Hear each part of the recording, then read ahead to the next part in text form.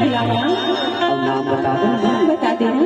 सही सही तब बतावा तो सुना था। मोरे नाम ही रवि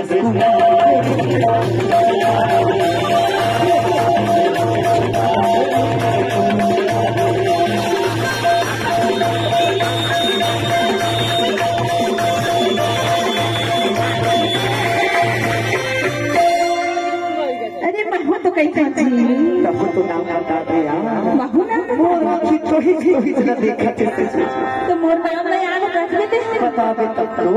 अच्छा बताना मोरे नाम